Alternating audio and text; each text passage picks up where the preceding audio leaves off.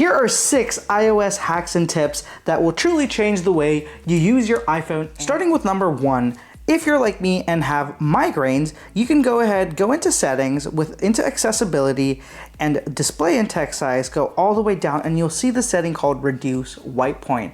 If you get light sensitivity and can't handle the iPhone even at its lowest brightness, well, this is for you, because when you reduce white point, it brings down the brightness even further. I think the best way to demonstrate this on camera would be to increase the brightness, and then you guys can see that. So what it does is it brings brightness down a whole level, and you can adjust the slider to bring it to the perfect point where the light does not bother your eye as much. Number 2, did you know that your power button can be a shortcut key? So if you go to settings, go down and scroll down to accessibility, and go all the way down to accessibility shortcut, you can choose from this entire list of options to go ahead and select something that you can now control with your power button. So right now I have the reduce white point setting set. So if I hit the power button 3 times, you'll see that the white point can turn on and off. So if you want to couple that up with the last tip I showed you, it is a great way to reduce that brightness really quickly. Number 3, a lot of people use the flashlight on their iPhone. In fact, it is the only flashlight they own these days. But did you know that you can actually toggle the brightness of the flashlight? If you were to hold down the flashlight in the control center, you can actually toggle the brightness. So let me go ahead and do that.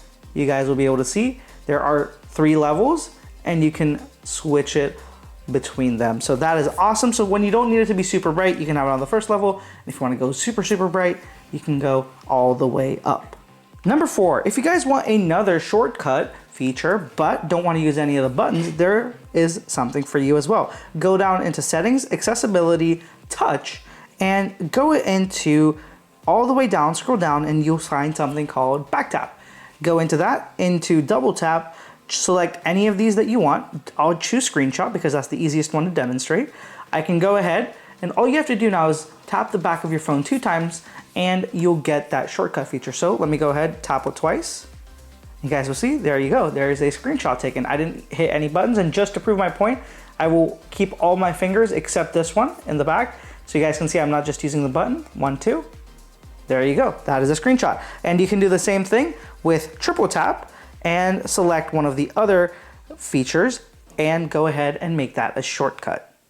Number 5, here's a tip for you guys who are power users and business users on the go. So I'm sure everybody gets PDFs and documents that you have to sign over the internet now. It's just the way the world is. So Apple now has you covered on that too. So say you get an email or a signature form like this. This is some completely random form I found online that's back from 2009, but it proves my point really well. So all you have to do is open the PDF in your email, hit this markup button at the bottom, and you guys usually get these tips. A lot of people will just use this and use that to mark it up, but there's also another feature where if you have this plus sign, you guys will see signature.